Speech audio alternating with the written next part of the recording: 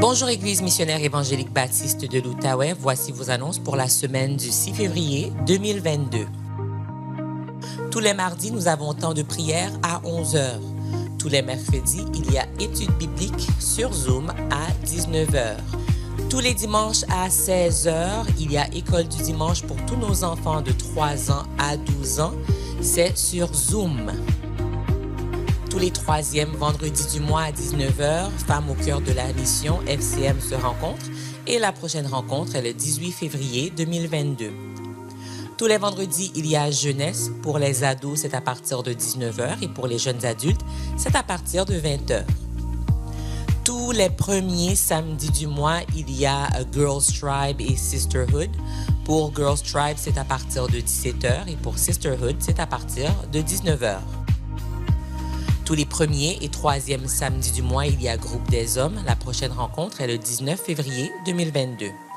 Tous les groupes Connexion continuent de se rencontrer aux semaines. Si vous n'avez pas de groupe Connexion, veuillez nous contacter à info@emebo.org.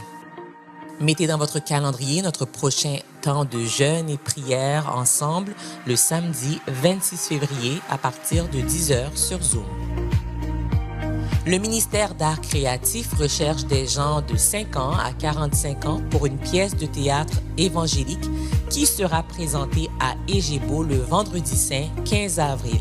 S'il vous plaît, contactez notre sœur Muliette pour participer et pour plus de détails. L'Union présente un nouveau cours en ligne pour nos jeunes. Ce cours vise à enseigner le message des évangiles et faciliter l'application des vérités bibliques dans la vie de chaque participant. Le sujet sera le survol des 4 évangiles. La population cible sont nos jeunes du secondaire jusqu'à l'université.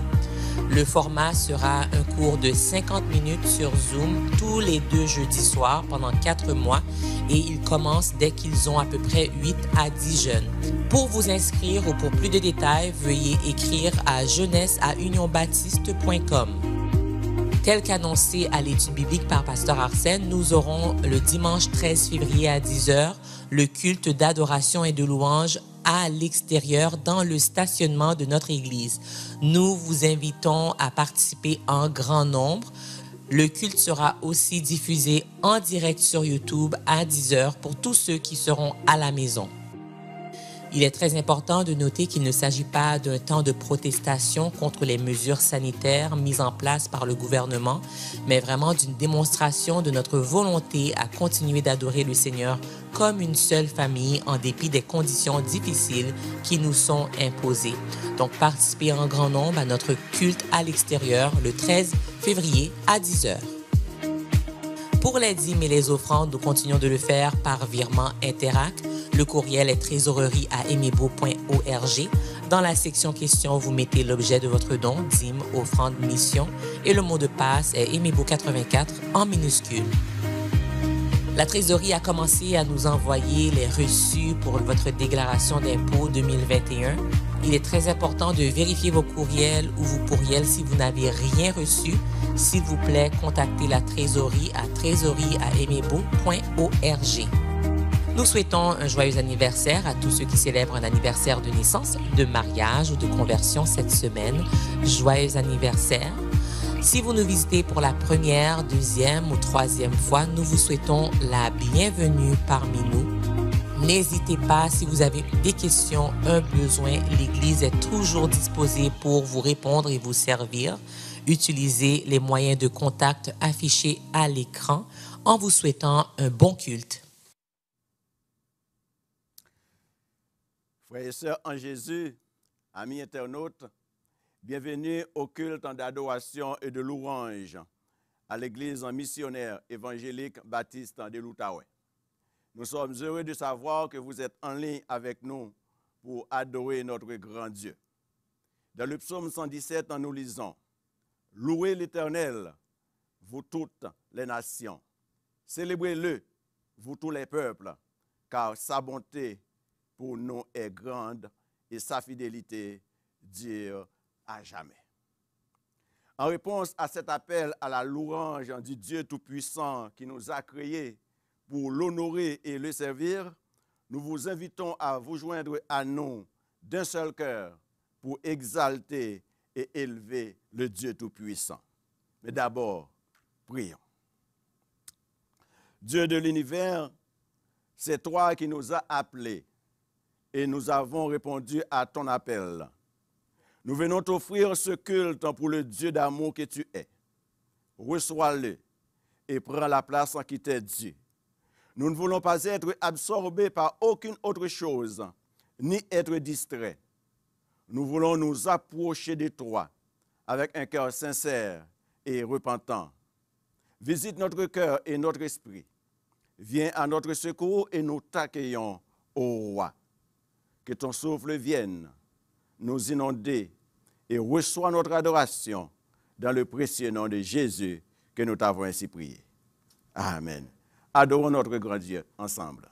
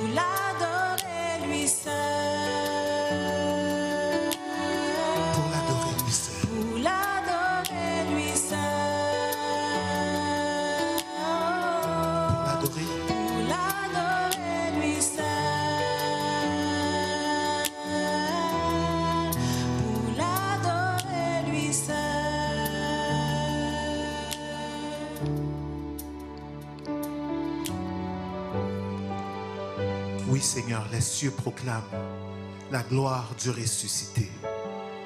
Et nous voulons avec les anges, les archanges, les chérubins, les séraphins, crier tout haut, gloire à l'agneau qui est digne de recevoir la louange, l'honneur, la sagesse, la puissance et la force. Dès à présent et au siècle des siècles. Amen. Je crois en Dieu, le Père Tout-Puissant, Créateur du ciel et de la terre. Je crois en Jésus-Christ, son Fils unique, notre Seigneur, qui a été conçu du Saint-Esprit et qui est né de la Vierge Marie. Il a souffert sous Ponce Pilate. Il a été crucifié. Il est mort. Il a été enseveli. Il est descendu aux enfers et le troisième jour, il est ressuscité des morts. Il est monté au ciel. Il siège à la droite de Dieu, le Père Tout-Puissant. Il viendra de là pour juger les vivants et les morts. Je crois en l'Esprit Saint. Je crois à la Sainte Église universelle, la communion des saints, la rémission des péchés, la résurrection de la chair et à la vie éternelle. Amen. Amen. Nous allons rester debout pendant que je ferai pour vous cette lecture qui sera projetée dans le psaume 2. Pourquoi ce tumulte parmi les nations, ces vaines pensées parmi les peuples? Pourquoi les rois de la terre se soulèvent-ils et les princes se liguent-ils avec eux contre l'Éternel et contre son oint? Brisons leurs liens. Délivrons-nous de leurs chaînes. Celui qui siège dans les cieux rit. Le Seigneur se moque d'eux. Puis il leur parle dans sa colère. Il les épouvante dans sa fureur. C'est moi qui ai oint mon roi sur Sion, ma montagne sainte. Je publierai le décret. L'Éternel m'a dit, tu es mon fils, je t'ai engendré aujourd'hui. Demande-moi et je te donnerai les nations pour héritage, les extrémités de la terre pour possession. Tu les briseras avec une verge de fer, tu les briseras comme le vase d'un potier. Et maintenant, roi, conduisez-vous avec sagesse. Juge de la terre, recevez instruction. Servez l'Éternel avec crainte et réjouissez-vous avec tremblement. Baisez le Fils de peur qu'il ne s'irrite et que vous ne périssiez dans votre voie. Car sa colère est prompte à s'enflammer. Heureux tous ceux qui se confient en lui. Et mes beaux, te confies-tu en l'Éternel? Et mes beaux, te confies-tu en l'Éternel ce matin? Amen. Amen. Nous voulons le célébrer, car il est vivant. Et notre désir ce matin est qu'il vienne parmi nous, dans notre adoration.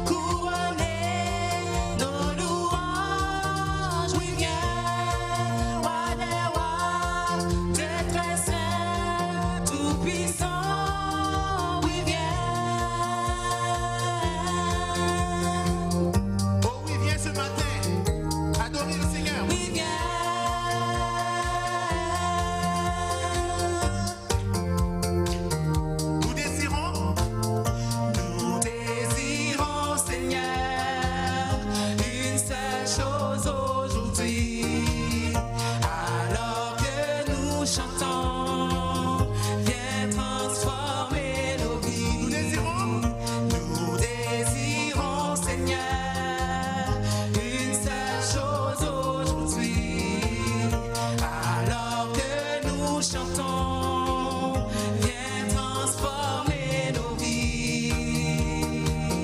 Élève-toi, élève-toi, et viens dans ta gloire couronner nos louanges. Oui, viens, roi des rois, Dieu très saint, tout puissant.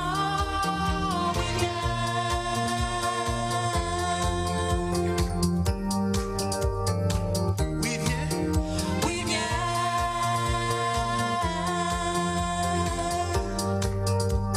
Une dernière fois, oui, viens. Oui, viens.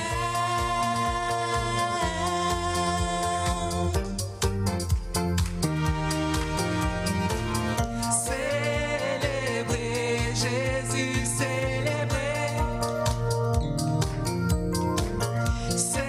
Célébrer Jésus, célébrer. Célébrer Jésus, célébrer. Célébrer Jésus, célébrer. Ressuscité. Ressuscité, il est vivant, il vivra à jamais. Disons ressuscité. Ressuscité, il est vivant, venez célébrer la résurrection du Seigneur. On va changer, on va changer. Je célèbre.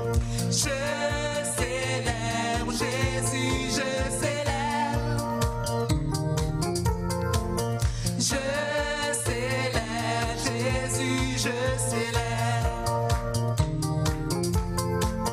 Je célèbre Jésus, je célèbre. Je célèbre Jésus, je célèbre. Disons ressuscité. Ressuscité, il est vivant, il vivra à jamais. Ressuscité, il est vivant. Venez célébrer, venez célébrer, venez célébrer. Venez célébrer la résurrection du Seigneur. Il mérite notre adoration et notre louange.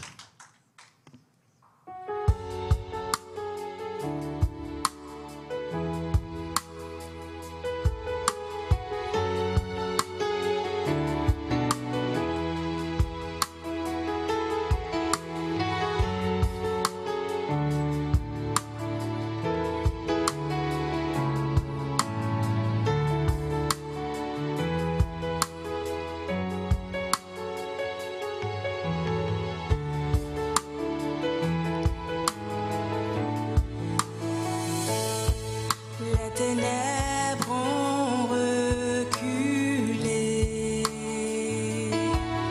devant l'œuvre de la croix, devant l'agneau immolé et le sang versé pour moi. Disons encore, les ténèbres Les ténèbres ont reculé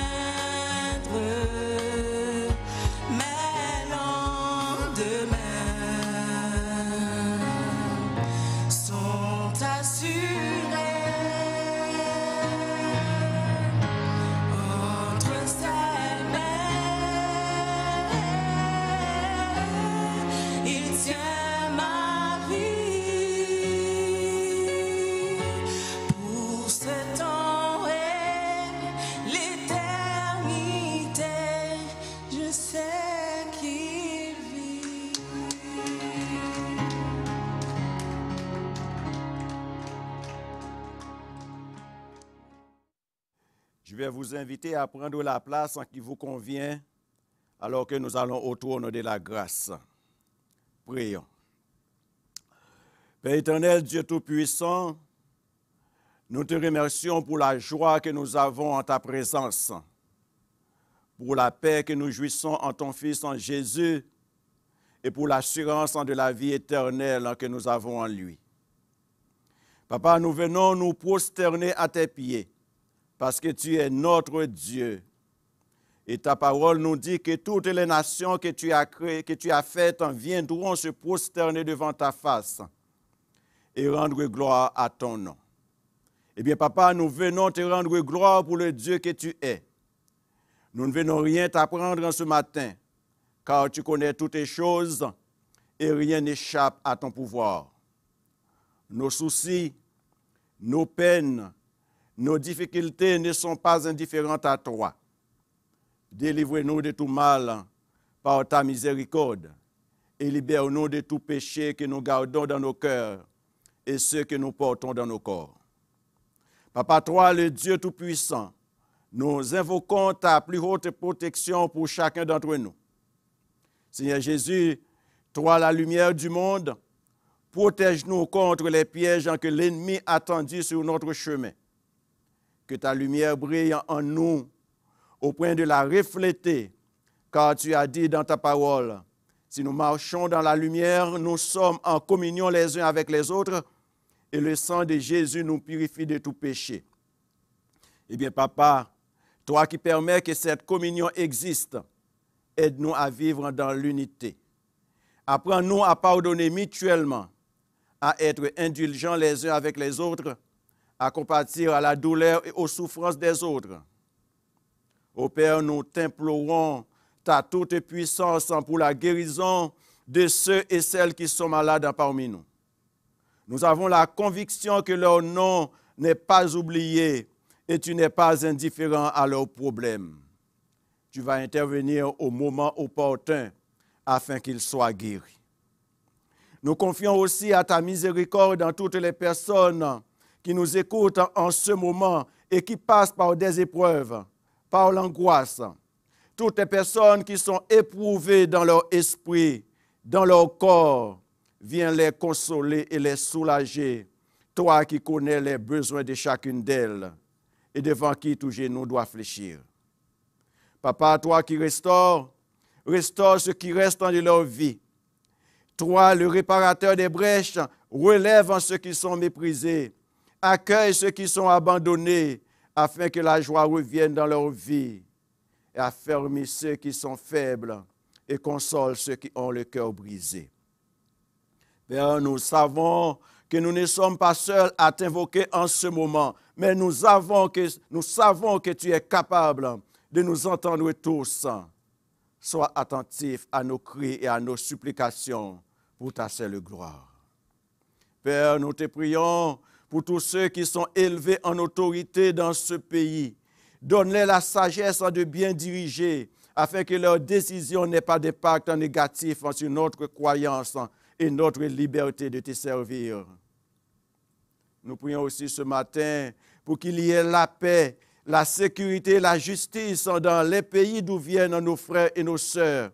Que leurs dirigeants comprennent que l'œuvre de la justice sera la paix et le fruit de la justice, le repos et la sécurité pour toujours, tel que nous dit Ésaïe 32, le verset 17.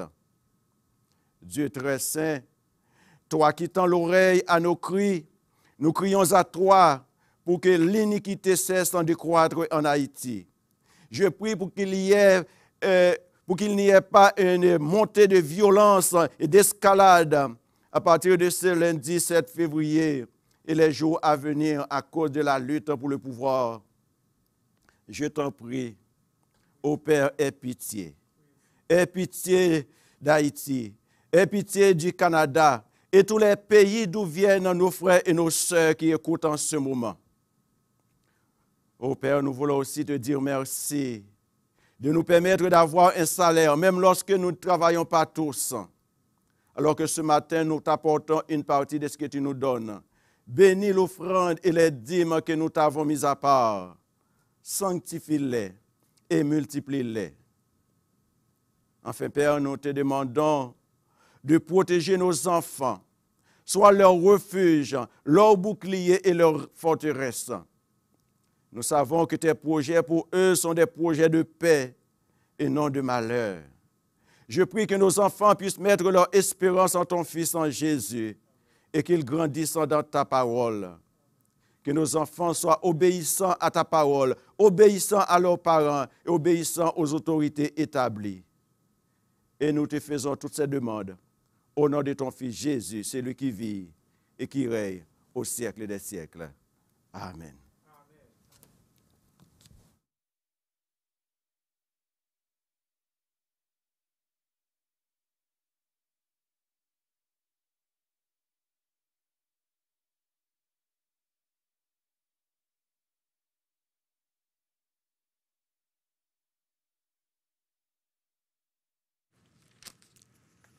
Nous allons maintenant ensemble, comme famille, comme sœurs et frères en Jésus-Christ, à la table du Seigneur, la Sainte Seine. On fait ceci, par la grâce de Dieu, à chaque mois. Nous prenons ceci ensemble, même si nous sommes séparés par des distances. Nous ne sommes pas réunis par des moyens électroniques, mais par le Saint-Esprit de Jésus-Christ. qui nous a fait naître de nouveau en Jésus-Christ. Donc, nous approchons de la table ensemble comme famille. Pour ceux qui avaient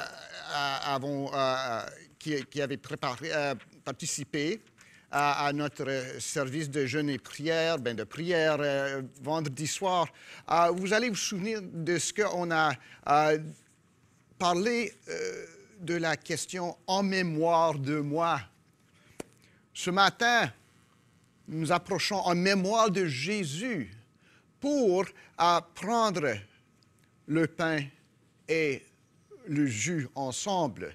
Mais on pourrait se poser la question, pourquoi un repas en mémoire de moi? Un repas, pourquoi? Bien souvent, un repas, c'est important, c'est un temps de communion fraternelle, puis c'est vrai ça. On est frères et sœurs les uns avec les autres en Jésus-Christ. Ça change des choses. Et l'apôtre Paul, dans le contexte ici, s'adresse à ceux pour qui ça ne fait aucune différence. Puis c'est nos sœurs, nos frères en Jésus-Christ ne sont pas famille pour nous, pour qui on donne avant de prendre. Nous ne reconnaissons pas, nous ne discernons pas le corps de Jésus-Christ, parce que son corps, c'est nous. Mais ce n'est pas juste pour ça que c'est un repas. C'est un repas parce qu'on mange, on boit ça, c'est essentiel. Jésus-Christ, on le mange, pas par ça, mais par la foi. Et ça, c'est essentiel aussi. Mais avant tout, je dirais une chose qu'il faut se rappeler. C'est un repas de Pâques. C'est un repas de libération, de salut, de liberté. On fait ça en mémoire de Jésus, car c'est lui l'agneau de l'Exode pour nous, si vous voulez. Dans le temps de Moïse, le peuple d'Israël, le soir où le Seigneur allait les libérer, ont pris un agneau, ils l'ont immolé, ils en ont mangé, puis ils ont mis son sang sur les poteaux et sur le linteau des portes. Disons comme quoi, on est sous la protection de l'Éternel, on est le peuple de Dieu. Nous faisons ça cet après-midi.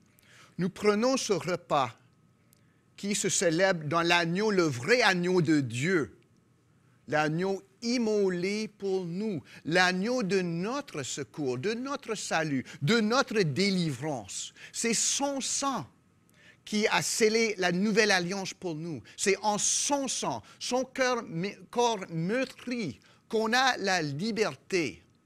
Ce n'est pas par nos efforts. C'est pour ça qu'on ne peut jamais dire vraiment c'est vraiment la chair et du sang, parce que ça représente ce que l'agneau immolé a fait pour nous.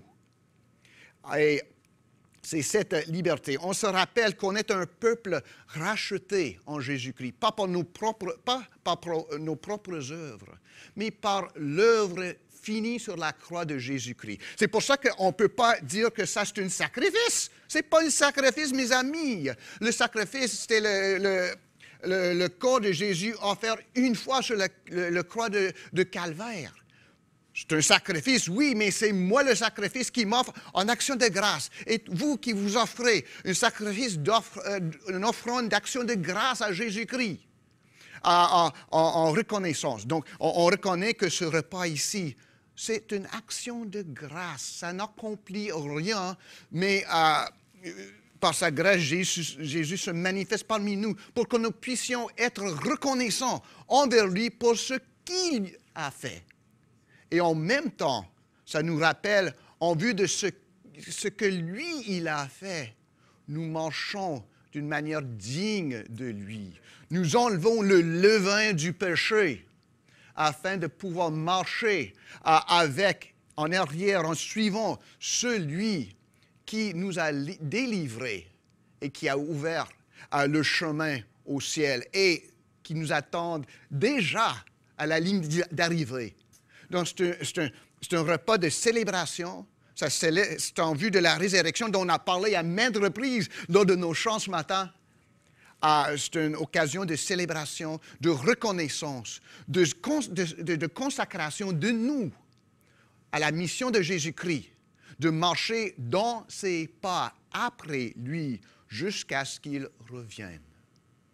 et que l'Esprit de Dieu, par qui notre Seigneur a été ressuscité le 3e jour, selon la volonté du Père, nous soit en aide. Amen.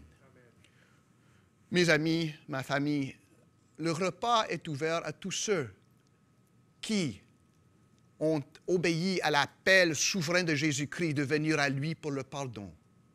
Et en y obéissant, se sont livrés à lui par l'immersion dans les eaux de baptême et marchent selon la grâce de Dieu avec lui.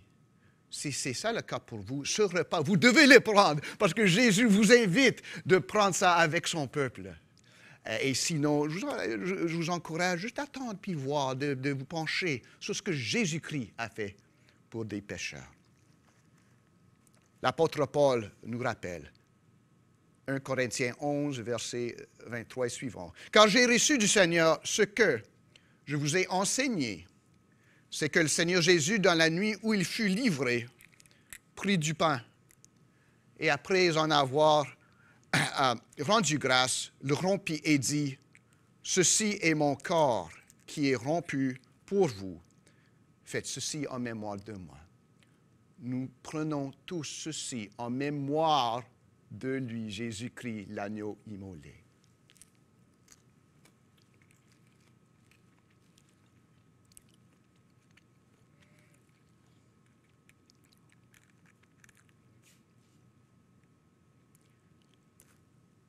De même, après avoir soupé, il prit la coupe.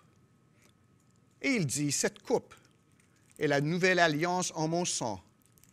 Faites ceci en mémoire de moi toutes les fois que vous en boirez. Nous buvons ceci en mémoire de lui. »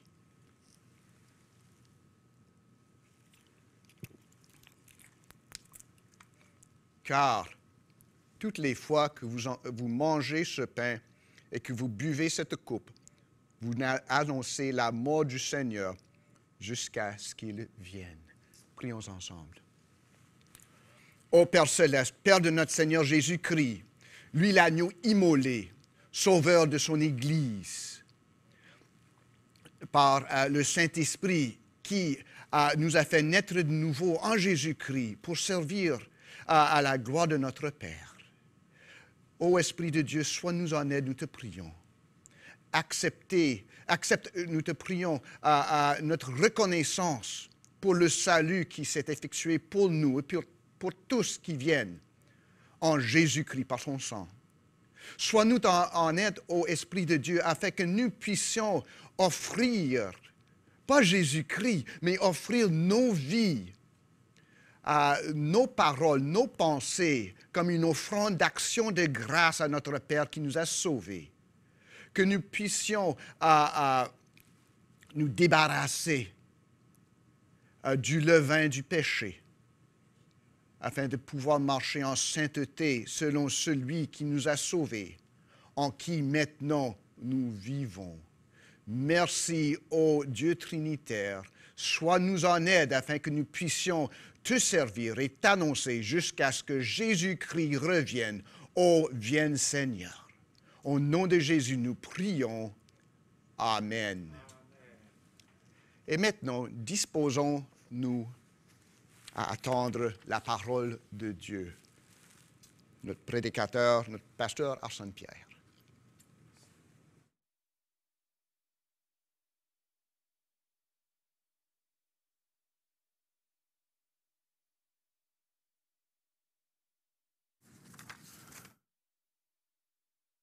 Que la paix du Seigneur soit avec vous.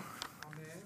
La paix de Dieu soit avec vous. Très content de vous retrouver. Je ne voudrais pas oublier de remercier nos jeunes en arrière qui font encore le service ce matin. Remercier le Seigneur pour leur disponibilité.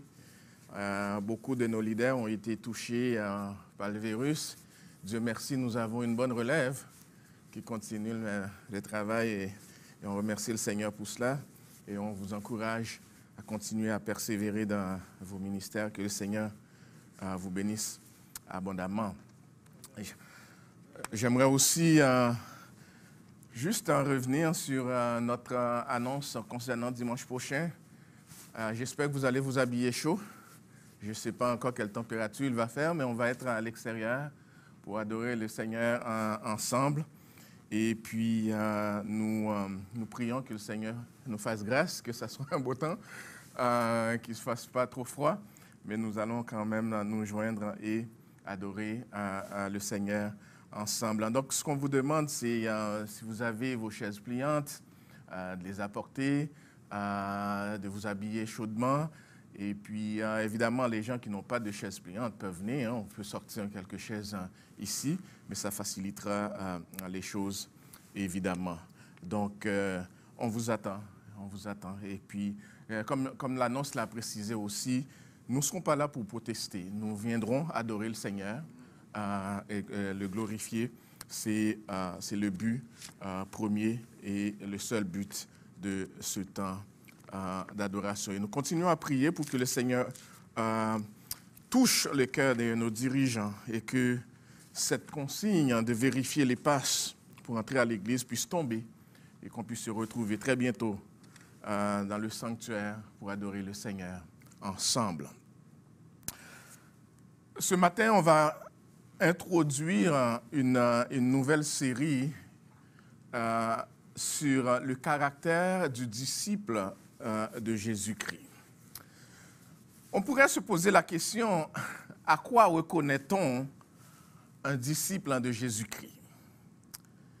Évidemment, ce n'est pas à cause de ses diplômes, ce n'est pas à cause de ses richesses, ce n'est pas à cause de ses œuvres philanthropiques qu'on reconnaît un disciple de Jésus-Christ. On pourrait même dire que ce n'est pas à cause de sa régularité dans les cultes à l'Église. C'est principalement, chers amis, son caractère. Le caractère, c'est ce qui définit une personne. Le caractère, ce sont les manières propres à chaque personne de sentir, de réagir. En fait, c'est la vraie personne quand elle ne joue pas un rôle ou ne se fait pas prendre pour quelqu'un d'autre. Sa personnalité. Jusqu'à un certain point, il faut distinguer lorsqu'on parle de caractère et de personnalité. On reconnaît donc, chers amis, le disciple de Jésus-Christ à sa manière de vivre, à sa manière de réagir. Et il nous arrive de garder notre appartenance à Jésus dans un jargon que seulement les chrétiens comprennent, hein? Un jargon que seulement nous comprenons, mais cela ne devrait pas être ainsi. Le chrétien est appelé à vivre d'une manière telle que tout le monde le reconnaît, que tout le monde peut l'identifier et des fois même l'accuser d'être chrétien. Ce n'est pas une vie secrète qu'on mène. Nous ne faisons pas partie d'une secte que l'on ne veut pas que les gens connaissent. Nous sommes des représentants, des ambassadeurs de Jésus-Christ dans ce monde. Celui que Jésus appelle à être sel de la terre et lumière du monde a un caractère qui le différencie des autres, des non-croyants, et qui expose sa vraie identité. Il a une influence sur le monde dans lequel il vit. C'est ce que Christ explique, entre autres, dans le sermon sur la montagne. Et que ce matin, comme dans les semaines à venir, nous étudierons sur les différentes facettes. Voir quel a été le message et quel est le message encore aujourd'hui pour nous qui lirons et qui lisons ce sermon. Mais ce matin, on va commencer par lire Matthieu chapitre 5, versets 1 à 12, et vous présenter ce matin, ne serait-ce que l'introduction de ce sujet, et voir le contexte, et voir l'arrière-plan de ce sermon, et ensuite, en termes d'application, voir comment ce texte nous parle encore aujourd'hui et le message à en tirer. Lisons le texte. J'espère que vous avez votre Bible. Je vous invite à vous mettre debout peu importe où vous êtes, et je vais lire pour nous.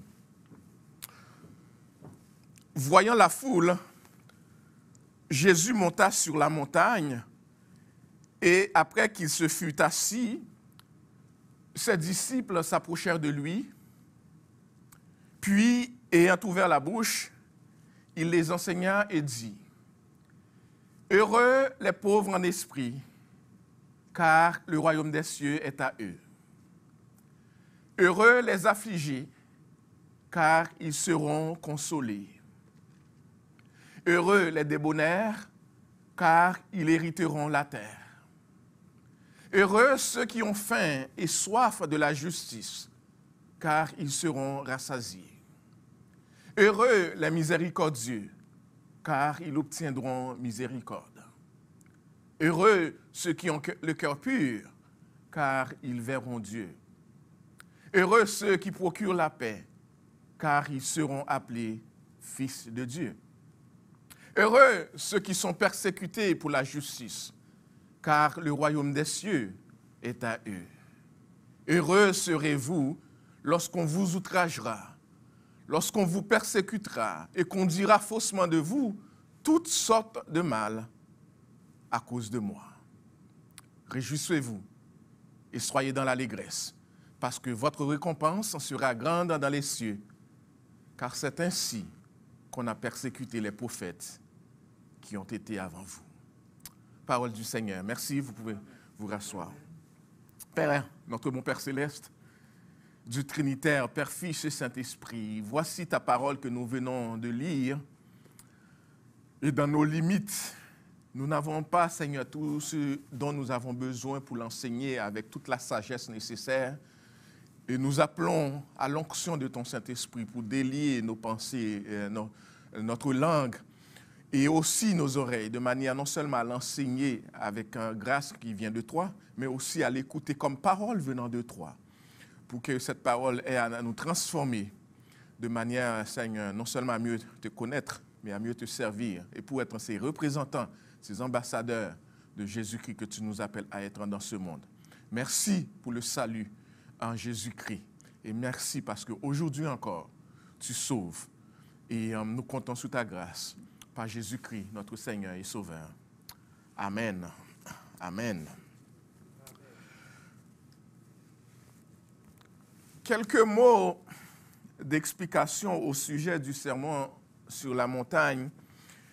Et peut-être c'est un petit peu plus ce qu'on va faire aujourd'hui, plutôt que de parcourir tout le texte que nous avons lu, parce qu'il est important de comprendre le contexte du sermon, il est important de comprendre le message du sermon, il est important de comprendre le but de tout cela pour qu'on arrive à saisir le message qui est là.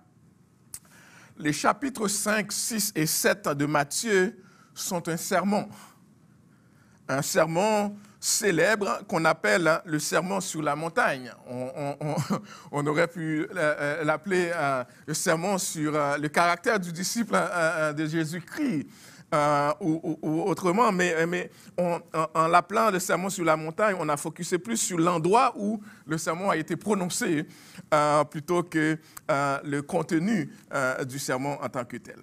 C'est le discours le plus long et le plus complet de notre Seigneur Jésus-Christ que nous rapportent les évangiles. C'est un sermon pratique. On ne trouve pas dans ce sermon des grandes doctrines du christianisme qu'il faut prendre le temps d'étudier. Mais on y trouve un ensemble consacré, on y trouve un genre de programme qui nous interpelle et qui nous envoie sur comment vivre la nouvelle vie chrétienne en Jésus-Christ. Le sermon sur la montagne est le premier des 5 grands discours de Jésus que l'on trouve dans Matthieu. Et après la tentation dans le désert, ce qu'on voit, c'est Jésus va sur la montagne pour donner à son peuple la loi du royaume. Et on peut voir déjà dans ce symbolisme, si on peut dire, théologiquement, on voit Jésus qui se présente comme le représentant, le nouveau représentant d'Israël, le nouveau Moïse. Parce qu'il y a là tout le symbolisme en arrière de l'endroit de ce sermon. Le nouveau Moïse, celui que Moïse a annoncé. Ce que l'on trouve dans Actes chapitre 3, versets 22 et 23, que je lirai rapidement pour nous. Acte 3, verset 23, Moïse a dit, « Le Seigneur, votre Dieu, vous suscitera d'entre vos frères un prophète comme moi, vous l'écouterez dans tout ce qu'il vous dira. Et quiconque n'écoutera pas ce prophète sera exterminé du milieu du peuple. » Et on pourrait continuer. Donc, ce Moïse, ce nouveau Moïse qui a été annoncé, le prophète attendu, celui qui est plus grand que Moïse, et qui vient et qui explique la loi de Dieu, et qui annonce, qui enseigne la loi. Il enseigne la loi d'une manière que le peuple n'a jamais entendue. Et il enseigne la loi dans le but, de mettre en évidence le péché, mais aussi notre besoin d'un sauveur. Notre besoin d'un sauveur, notre besoin d'un Seigneur. Et deux, il nous donne une règle de conduite en tant que fils de Dieu, comment vivre dans ce monde alors que nous attendons le retour de Christ. Jésus-Christ prêche ce sermon qui était une exposition de la loi. Sur une montagne, parce que c'est sur une montagne que la loi a été donnée. Et je vous parlais donc du symbolisme. Et c'était aussi une proclamation solennelle de la loi chrétienne qu'il va donner. Son enseignement, à la manière de ce qu'enseigne le traité d'alliance que l'on trouve dans Deutéronome chapitre 27, dans Deutéronome chapitre 27 et 28 et autres, son enseignement appelle à choisir entre la bénédiction, heureux, et la malédiction, malheur, qu'on verra en Matthieu 23, entre la mort et la vie.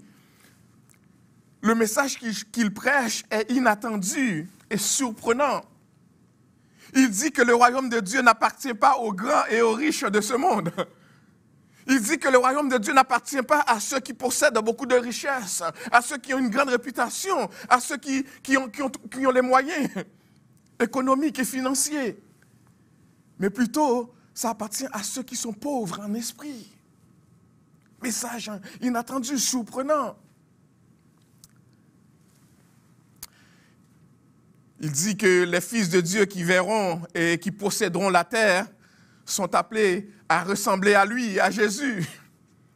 L'homme doux et humble de cœur, que l'on voit dans les versets 5, 11, chapitre 11 et 29, celui qui est dépendant du Père, chapitre 14, verset 23, qui pleure sur la ville, verset 4, et qu'on trouve aussi une correspondance dans Luc, chapitre 19.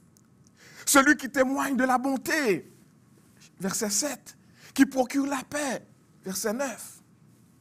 Le chrétien, le disciple, est appelé à ressembler à son maître. Et ce maître, c'est Jésus-Christ. Et c'est lorsqu'on s'engage ainsi à ressembler à Jésus et pour Jésus que les fils du royaume pourront être sel de la terre et lumière du monde, malgré le rejet dont ils pourront souffrir dans ce monde qui va passer. Et Christ s'assoit, et on va le voir plus en détail, il s'assoit avec ses disciples et il leur enseigne. Et la question qu'on pourrait se poser, deux questions ce matin qu'on va se poser avant d'aller plus loin dans le texte, c'est est-ce que le sermon sur la montagne est encore valable aujourd'hui? Est-ce que le sermon sur la montagne est encore valable aujourd'hui? Est-ce que ça a encore son importance? La question mérite de se poser. La question mérite de se poser et l'interprétation qu'on fait de ce sermon va influencer la façon qu'on va regarder ce sermon, la façon qu'on va aussi l'appliquer dans notre vie. Vous savez déjà, au Moyen-Âge, la théologie catholique soutenait que les exigences du sermon concernaient seulement les ecclésiastiques, concernaient seulement les moines, concernaient seulement une catégorie de gens. Donc, c'est seulement les gens qui voulaient être parfaits, c'est seulement qui devraient suivre le sermon sur la montagne. La théologie catholique disait tout simplement, c'est les bienheureux seulement qui devaient poursuivre l'objectif de ce sermon. Mais même parmi les évangéliques, il y a eu une certaine division au niveau des interprétations de ce texte. La théologie luthérienne soutient que personne ne peut accomplir ce que Jésus demande dans ce sermon, qui ne cherche qu'à convaincre l'homme de son péché et de l'amener à l'évangile. Et vous connaissez probablement la théorie dispensationaliste, qui pense que ce sermon, c'est seulement quelque chose qui va être possible à vivre dans le millénium à venir. Autrement dit, pour nous aujourd'hui et jusqu'au millénaire, et puis là je parle probablement de dispensationalistes classiques, parce que ça a évolué depuis.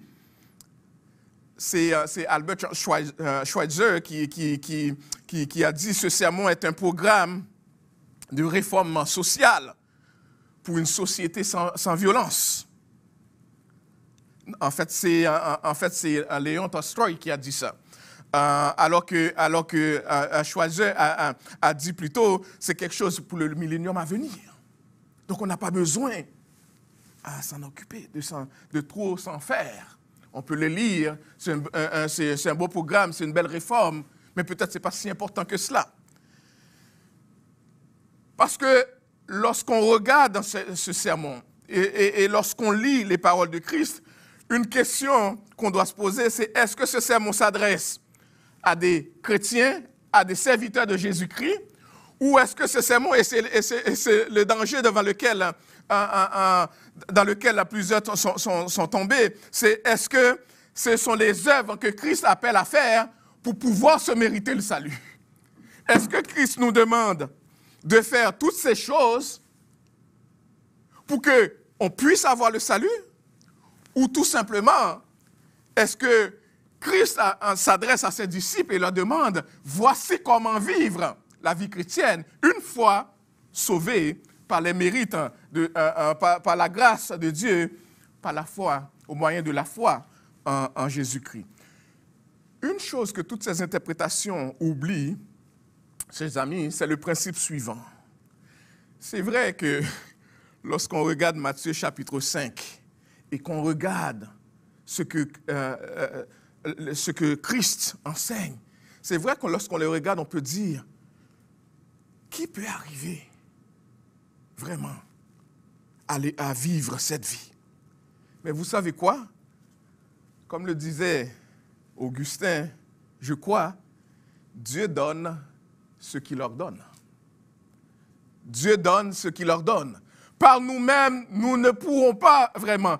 Mais par la grâce de Dieu en Jésus-Christ, nous le pourrons. Dieu donne ce qu'il ordonne. C'est le principe même de la grâce. Ce qui est impossible à l'homme est possible à Dieu. Dieu sauve et Dieu a toujours sauvé par grâce. Ce n'est pas une série d'œuvres à accomplir pour pouvoir se mériter le royaume des cieux. Christ, on va le voir, s'adresse à ses disciples, s'adresse à ceux qui mettent la foi en Jésus-Christ et leur dit, voici comment vous devez vivre pour être le sel et la lumière du monde. Sel de la terre et lumière du monde. Et c'est en comptant sur la grâce de l'Esprit, sur le mérite de Jésus lui-même, que le chrétien parviendra à vivre cette vie annoncée dans le sermon sur la montagne. Et la deuxième question qu'on pourrait aussi se poser, est-ce que le sermon sur la montagne proclame le salut par grâce ou par les œuvres? En fait, je pourrais même dire que la question est mal posée parce que la Bible n'enseigne nulle part que le salut est par les œuvres. Nulle part. On pourrait peut-être prendre juste à titre d'exemple, Éphésiens chapitre 2, versets 8 à 10, que je lirai pour vous. Éphésiens chapitre 2, versets 8 à 10. Car c'est par la grâce que vous êtes sauvés, par le moyen de la foi. Et cela ne vient pas de vous, c'est le don de Dieu. Ce n'est point par les œuvres, afin que personne ne se glorifie. Ce n'est point par les œuvres qu'on est sauvé, afin que personne ne se glorifie. Car nous sommes son ouvrage ayant été créés en Jésus-Christ pour de bonnes œuvres que Dieu a préparées d'avance afin que nous les pratiquions. Dieu donne ce qu'il ordonne. Dieu le fait par grâce et non par les œuvres. Non par les œuvres. Et nous devons nous rappeler avec John Stott que l'Évangile, la bonne nouvelle de l'Évangile est une déclaration de ce que dans sa grâce, Dieu a fait pour l'homme et non ce que l'homme doit faire pour se mériter le salut. C'est ce que Dieu a fait pour l'homme par les mérites de Jésus et par l'œuvre de Jésus. Regardons maintenant, chers amis, les 2 premiers versets de Matthieu chapitre 5, texte qu'on a lu pour vous. Regardons les 2 premiers versets maintenant et voir ce que le texte nous dit. J'ai dit les 2 premiers versets, c'est peut-être les 3 premiers versets qu'on aura le temps de voir aujourd'hui et on reviendra dans les prochaines semaines sur la suite du texte. Le texte commence ici, voyant la foule.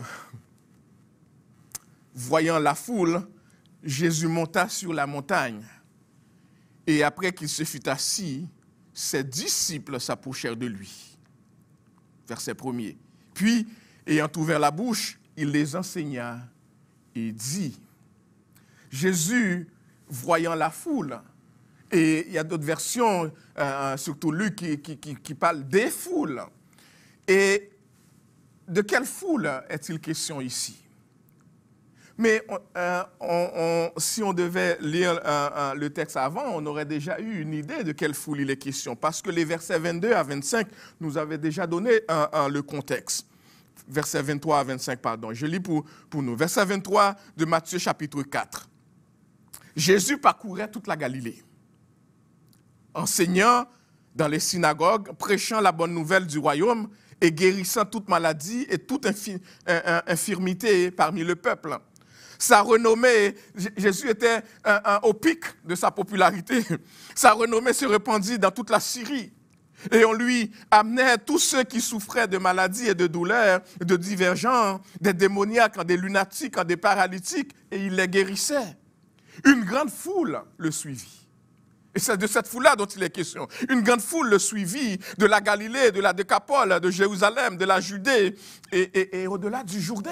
Lorsque Jésus parcourait les villes, les foules le suivaient. Mais il faut comprendre que parmi les foules, il y a, oui, les disciples, mais il y a aussi des gens qui sont curieux. Il y a des gens qui viennent tout simplement pour une guérison, qui ne sont pas des disciples. Mais la foule était là. Et le texte nous dit, Jésus voit la foule. Luc parle d'une grande foule.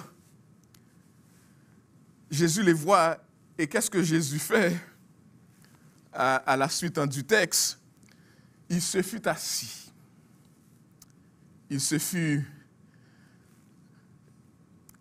Voyant la foule, Jésus monta sur la montagne. Luc va parler, en fait, Luc parle de montagne,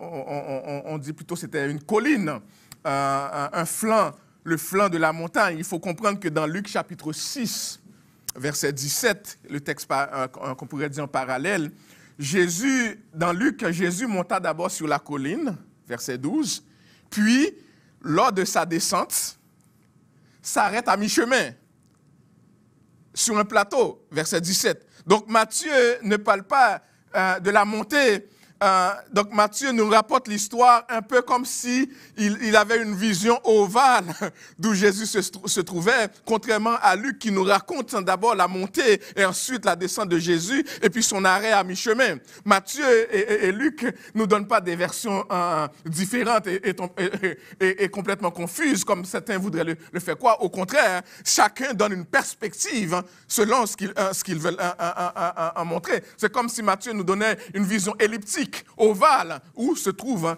Jésus dans son explication. Il n'y a pas de confusion dans les deux récits.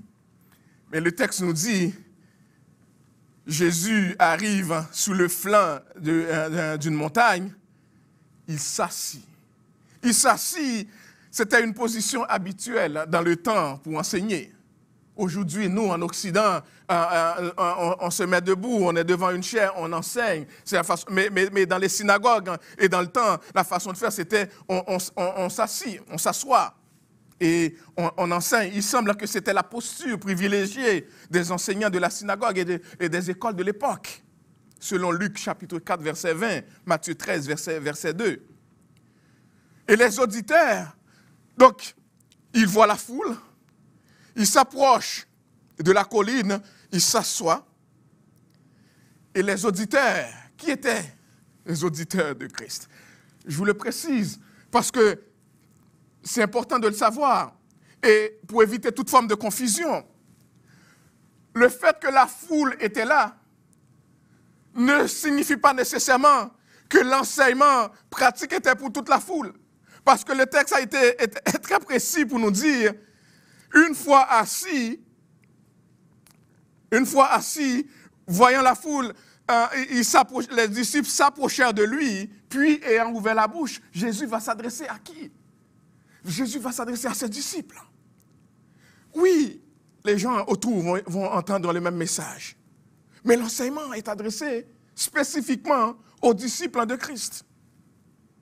Spécifiquement aux disciples de Christ, qui s'approchèrent de lui et auxquels il enseignait. Il est important cependant de faire remarquer que le mot disciple ici ne semble pas être limité seulement aux 12 qui étaient les plus proches de Jésus. Parce que Luc va nous dire qu'il y avait une foule de disciples. Les disciples, à ce moment-là, étaient plus grands que les 12. Mais il s'adressait à ses disciples. Ce n'est pas un discours sur comment devenir disciple de Christ. Et c'est important de le noter, chers amis. Ce n'est pas un discours qui dit « Voici les 7 choses, les 5 choses, les 8 choses à faire pour devenir disciple de Christ. » Mais c'est un sermon qui concerne les enfants du royaume. Jésus s'adresse à ceux qui croient en lui et qui ont rapport avec lui. Jésus enseigne que le salut, Jésus n'est pas en train d'enseigner comme quelqu'un veut le faire croire, un salut conditionnel. Voici une série d'œuvres à accomplir et une fois que vous les aurez accomplies, vous serez sauvés. Jésus s'adresse à ceux qui croient déjà en lui et dit, vous qui croyez déjà en moi, vous qui êtes déjà mes disciples, voici comment vous devez vivre la vie chrétienne qui aura un impact dans ce monde. Il s'adresse à ses disciples. Il donne une loi à ceux qui sont déjà entrés dans le royaume. Et ils disent comment les gens du royaume doivent vivre en tant qu'enfants du royaume. On a raison de croire que ce sermon ne visait pas ceux qui étaient dans la foule par curiosité.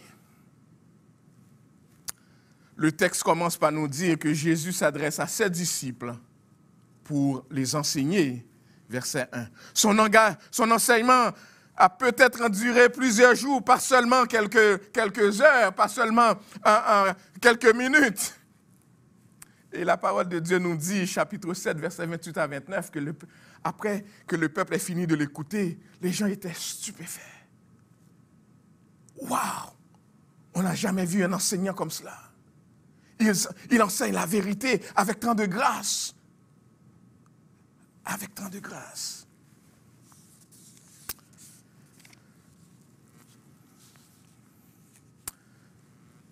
Chers amis, il y aurait beaucoup à dire concernant cette position assise de Jésus. Parce que, vous savez, les pharisiens, les scribes, à un moment donné, aujourd'hui, nous qui enseignons, nous avons de belles chaises lorsqu'on est en conférence pour s'asseoir et puis des positions privilégiées. Mais Jésus, on dirait dans tout ce qui le concerne, il y a une certaine... Il y a un certain calme, il y a une certaine limite qui s'est imposée, où il présente dans la simplicité. Dans la simplicité. Mais il va à ce qui est essentiel. Et il va enseigner. Matthieu 5, versets 3 à 12, notre passage de ce matin, Jésus établit les normes du royaume des cieux. Les normes du royaume de Dieu. Les versets 3 à 10 parlent des béatitudes, des bénédictions. Et les versets 11 à 12 appliquent particulièrement la dernière béatitude aux disciples de Jésus. Évidemment, on n'aura pas le temps de voir tout cela aujourd'hui. On se prépare à regarder ensemble ces béatitudes, ces bénédictions. Et je voulais vous introduire au contexte qui a amené, qui a accompagné ce sermon extraordinaire. Et ces normes que Christ nous laisse comme disciples pour vivre. Et regardons seulement la première béatitude ce matin. Heureux les pauvres en esprit. Heureux les pauvres en esprit. Jésus commence son sermon par des bénédictions. Est-ce que c'est surprenant? Pas du tout. Car il est venu dans le monde pour bénir. Il est venu comme le grand sacrificateur de notre profession. Il n'est pas venu nous acheter des bénédictions, mais il est venu pour nous verser, pour prononcer des bénédictions, pour nous appeler au salut. Et il le fait comme quelqu'un qui a de l'autorité, comme quelqu'un qui peut commander la bénédiction. Sa déclaration les rend heureux, car ceux qu'il bénit sont vraiment bénis. Il dit, heureux, il y a une bénédiction, une grâce. Heureux.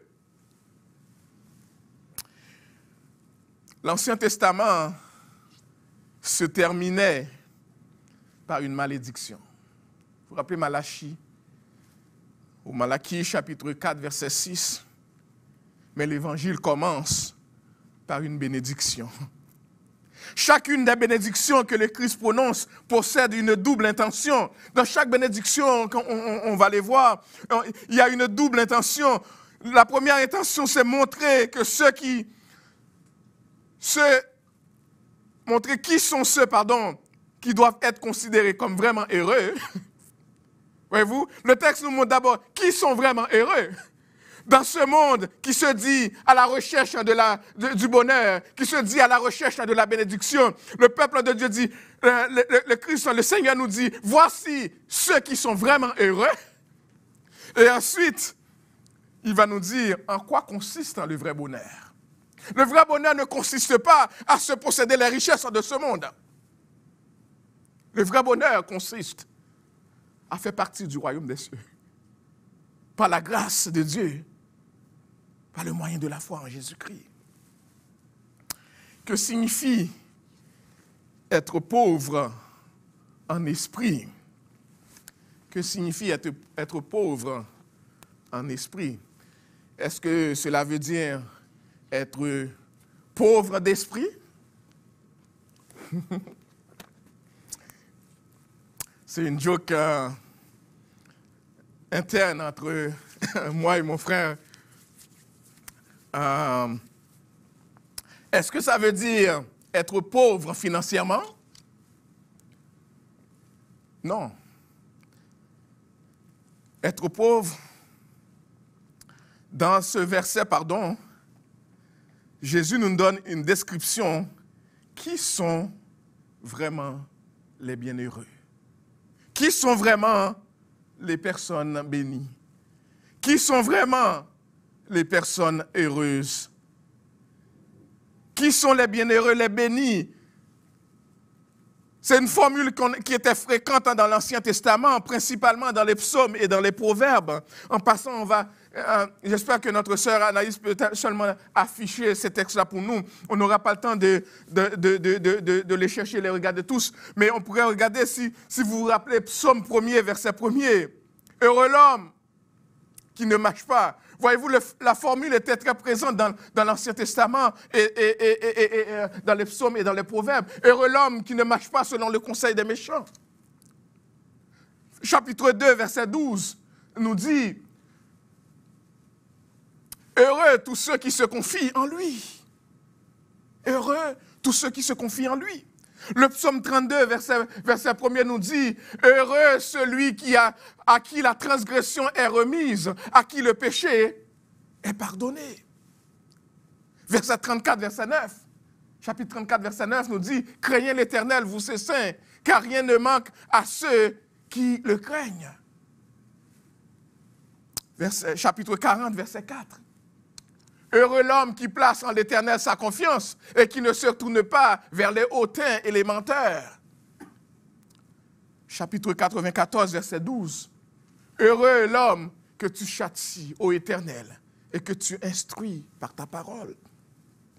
Proverbe chapitre 3, verset 13 nous dit heureux l'homme qui a trouvé la sagesse et l'homme qui possède dans l'intelligence. Chapitre 16, verset 20. Celui qui réfléchit sur les choses, trouve le bonheur. Et celui qui se confie en l'Éternel est heureux. Et enfin, chapitre 28, verset 14, nous dit, heureux l'homme qui est continuellement dans la crainte. Mais celui qui endurcit son cœur tombe dans le malheur. Voyez-vous, c'était une formule qu'on trouvait déjà dans l'Ancien Testament qui décrit la situation de celui qui est approuvé par Dieu, de celui qui reçoit sa bénédiction.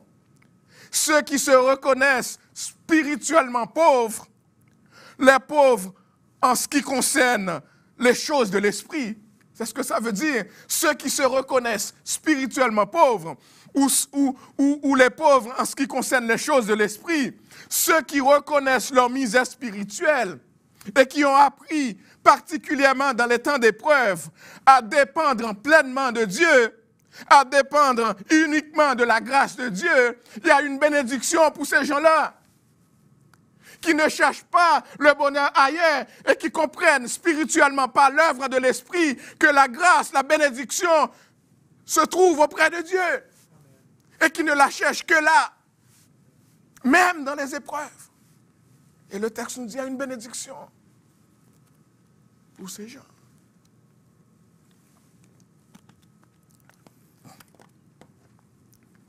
Il y a une bénédiction. Être pauvre en esprit, chers amis,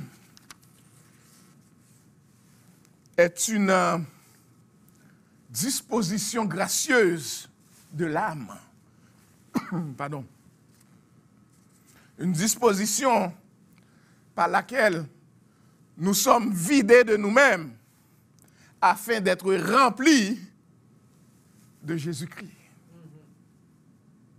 Vidés de nous-mêmes pour être remplis de Jésus-Christ. Et c'est là, je pense que plusieurs d'entre nous ont un problème avec ce texte. Parce que ce n'est pas par nous-mêmes, c'est le Saint-Esprit de Dieu qui nous amène à reconnaître notre faillite spirituelle et qui nous amène à confesser que nous ne valons rien devant Dieu et qu'on est entièrement dépendant devant Dieu. Et si je devais utiliser l'expression de Carson, on est en banqueroute devant Dieu. Faillite spirituelle devant Dieu. Et ce n'est pas par nous-mêmes, parce que nous aurions été si intelligents que nous en prenons conscience. L'Esprit de Dieu nous le révèle. Parce qu'il nous convainc du péché, de justice et de jugement. C'est le Saint-Esprit qui nous permet de comprendre notre état et notre besoin d'un sauveur et de se tourner à lui.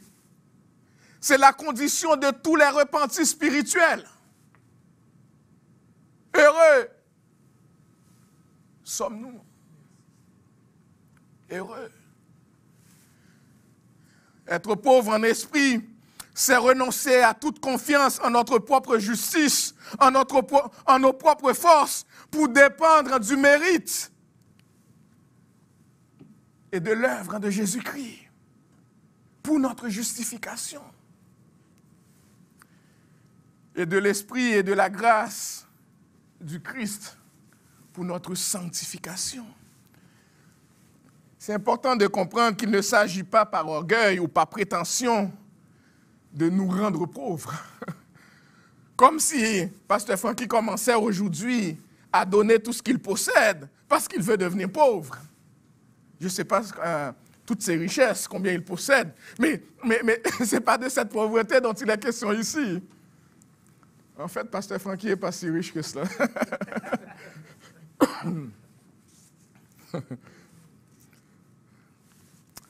Christ, chers amis, Christ met la pauvreté spirituelle au premier rang des béatitudes.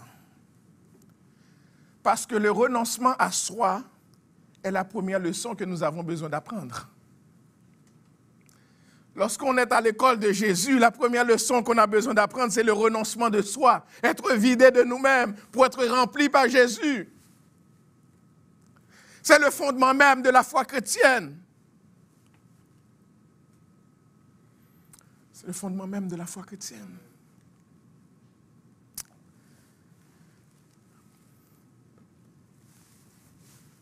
Et quelle est la récompense? À ceux qui sont pauvres en esprit, mais c'est à eux qu'appartient le royaume des cieux. Le royaume de la gloire est préparé pour eux. Ceux qui s'humilient ainsi et se conforment à Dieu quand il les humilie seront élevés. Ils sont bénis. Ils le sont dès maintenant. Ils le sont dès maintenant et c'est important qu'on le sache. Le royaume des cieux est à eux. Le royaume des cieux, nous faisons partie, nous qui sommes en Christ déjà dans le royaume des cieux. Même si la présence pleine et entière est à venir, mais nous sommes déjà des enfants du royaume. Et c'est pour cela qu'on est bénis. C'est une bénédiction que de faire partie du royaume.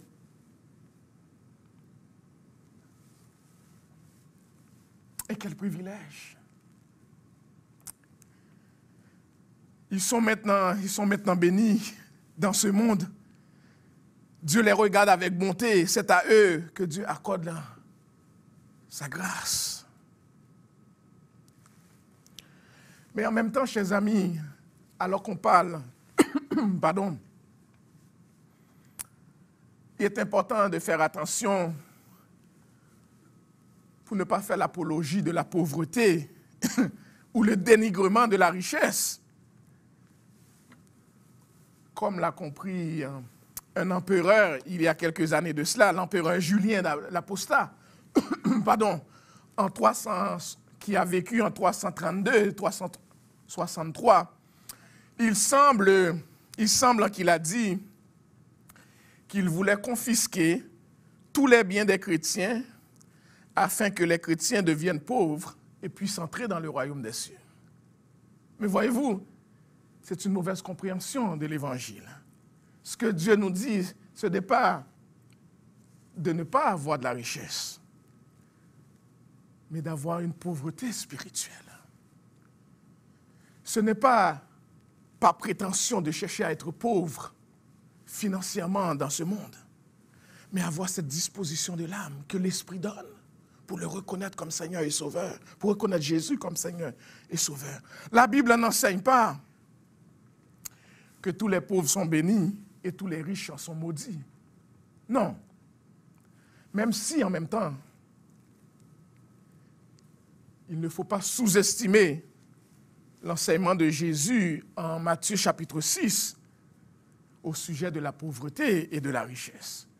il semble qu'il y a une tendance pour les gens qui sont riches de mettre leur confiance en cette richesse, en leur richesse. Mais il faut aussi, comme le dit Carson aussi, il faut avoir cet équilibre lorsqu'on parle de la pauvreté et de la richesse, de ne pas donner l'impression que tous ceux qui sont riches sont maudits, comme si Dieu avait quelque chose contre la richesse de ce monde, comme si Dieu avait quelque chose contre les riches. Non, les riches qui sont aussi pauvres spirituellement sont heureux et sont bénis s'ils sont pauvres spirituellement. J'espère que c'est clair. Amen. C'est la grâce de Dieu, chers amis. C'est la grâce de Dieu qui rend possible la pauvreté spirituelle. C'est la grâce de Dieu qui rend possible la pauvreté spirituelle. Philippiens chapitre 2, verset 13 nous dit « Car c'est Dieu lui-même qui agit en vous pour produire à la fois le vouloir et le faire conformément à son projet bienveillant, à son plaisir. » C'est pas la grâce de Dieu, c'est Dieu qui, par sa grâce, a pris l'initiative et qui agit en nous. Dieu agit au niveau de notre volonté et Dieu agit au niveau de l'exécution. Dieu intervient en tout dans notre vie. On n'a pas à se confier à nos œuvres. Elles ne sont pas si méritoires que cela. Et nos œuvres ne pourraient pas nous mériter le grand salut que nous donne Jésus. La grâce de Dieu qui s'exerce à l'égard de ceux qui se reconnaissent spirituellement pauvres n'enlève pas le devoir de l'obéissance. Et c'est important qu'on se le dise, qu'on le comprenne, chers amis.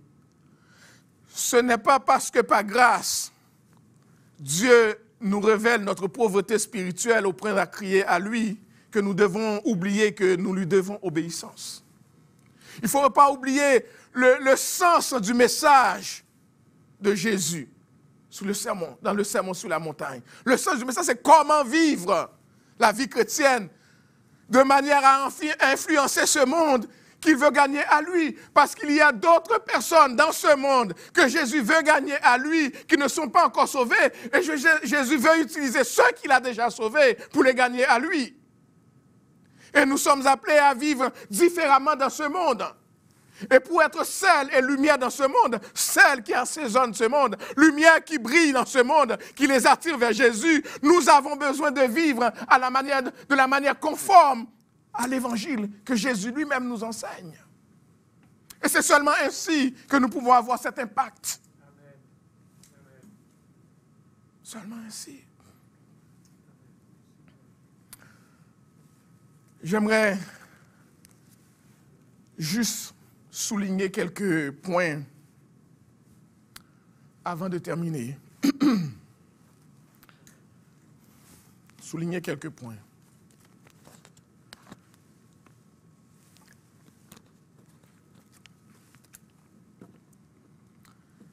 Cet enseignement de Jésus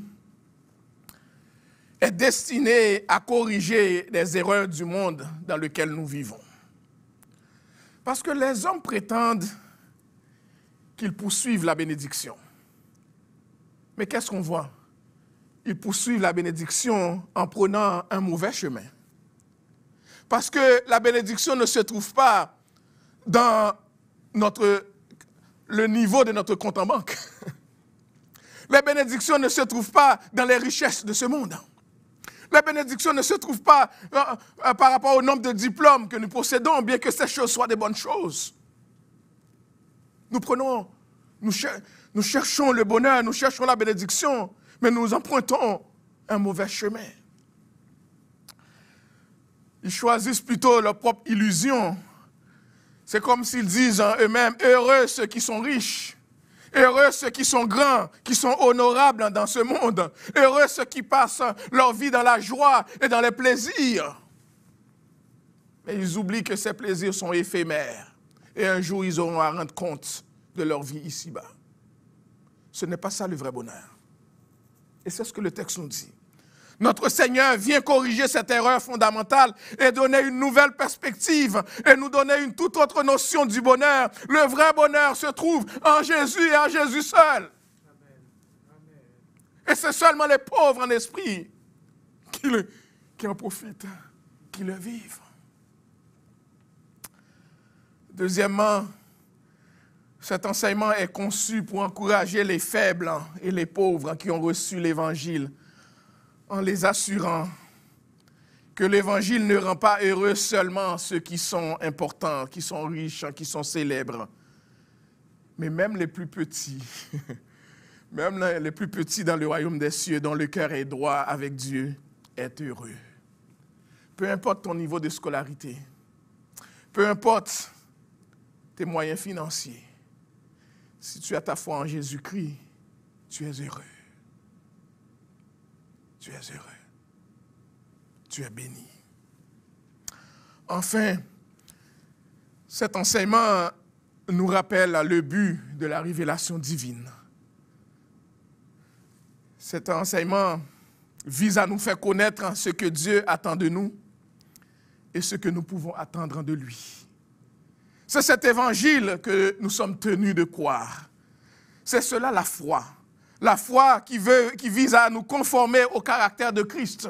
La foi qui nous appelle à ressembler de plus en plus à Jésus et à vivre dans ce monde comme des ambassadeurs de Jésus-Christ, comme des ambassadeurs du royaume des cieux dans lequel nous appartenons déjà. Et à donner aux gens qui nous entourent une image de qu'est-ce que serait, qu'ils comprennent qu'est-ce que serait si eux aussi, ils faisaient partie de ce beau royaume. Cet enseignement est une invitation à venir à Christ, à se repentir de ses péchés et à lui faire confiance. Chers amis, dans un monde orgueilleux et rebelle comme le nôtre, Christ rappelle à ses disciples, nous-mêmes, oui, vous, moi, les autres qui ne sont pas là, nous qui sommes en lui, nous qui avons été transformés par l'œuvre de Jésus-Christ, par la grâce de Dieu, Jésus nous rappelle comment vivre la vie de disciple dans ce monde de manière à attirer les âmes à lui, pour que ces âmes soient sauvées en lui et pour que son nom soit glorifié. Quelle grâce et quel privilège. Heureux celui qui est en Christ. Heureux sommes-nous qui sommes en Christ, parce que le royaume de Dieu nous appartient. Et quelle grâce. Et quelle grâce. Que le Seigneur nous bénisse et nous donne d'être reconnaissants pour sa grâce manifestée envers nous et de comprendre l'Évangile qui nous appelle à vivre cette vie, non pas comme si nous le méritions, mais à vivre cette vie comme une vie de reconnaissance, parce que cette vie heureuse à l'appel que Dieu nous donne en Christ, ce n'est pas la grâce, par le moyen de la foi en Jésus-Christ, le Seigneur, le Sauveur. Prions le Seigneur. Notre bon Père Céleste,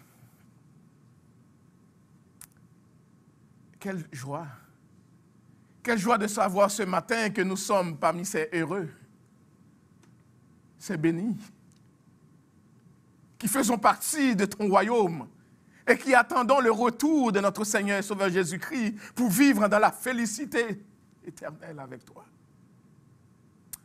Mais nous prions ce matin et pour les semaines à venir, alors que nous allons regarder ces bénédictions que tu nous accordes et ce caractère que tu veux imprimer en nous et cette manière de vivre à laquelle tu nous appelles. Nous prions que tu nous donnes, Seigneur, de vivre de manière à glorifier ton Saint-Nom en tant que vrais disciples de Jésus, pour être sel de la terre et lumière du monde, pour que les gens regardent à Jésus et trouvent le bonheur qui semble éperdument recherché. Qu'il y ait des gens, Seigneur, qui se tournent à toi, non pas à cause de leurs œuvres, mais parce qu'ils reconnaissent en Jésus comme seul Seigneur et Sauveur de ce monde. Qu'ils se tournent à toi. Nous prions pour ceux que tu appelles déjà et qui partagent et qui tournent en rond. Que tu leur donnes de regarder à toi, de se repentir. Peu importe où ils sont, peut-être il y en a, Seigneur, qui sont dans les profondeurs du péché présentement, qui sont si loin de toi que nous aurions tendance à penser qu'il n'y a pas d'espoir. Mais tu es ce Dieu de l'impossible. Le Dieu qui est capable de tendre la main vers nous, même dans les profondeurs du péché dans lesquels nous sommes, pour nous retirer de là et nous faire grâce de voir le salut. Fais œuvre de salut ce matin.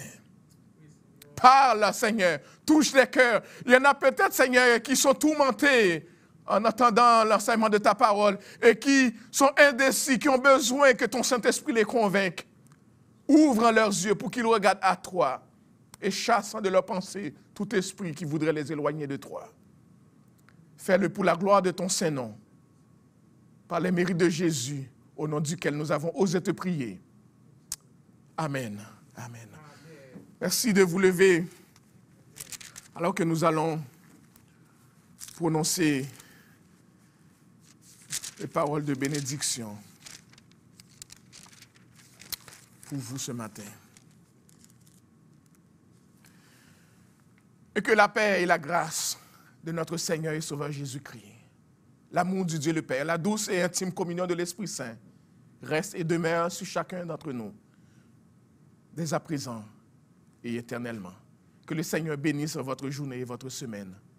À la semaine prochaine. Amen.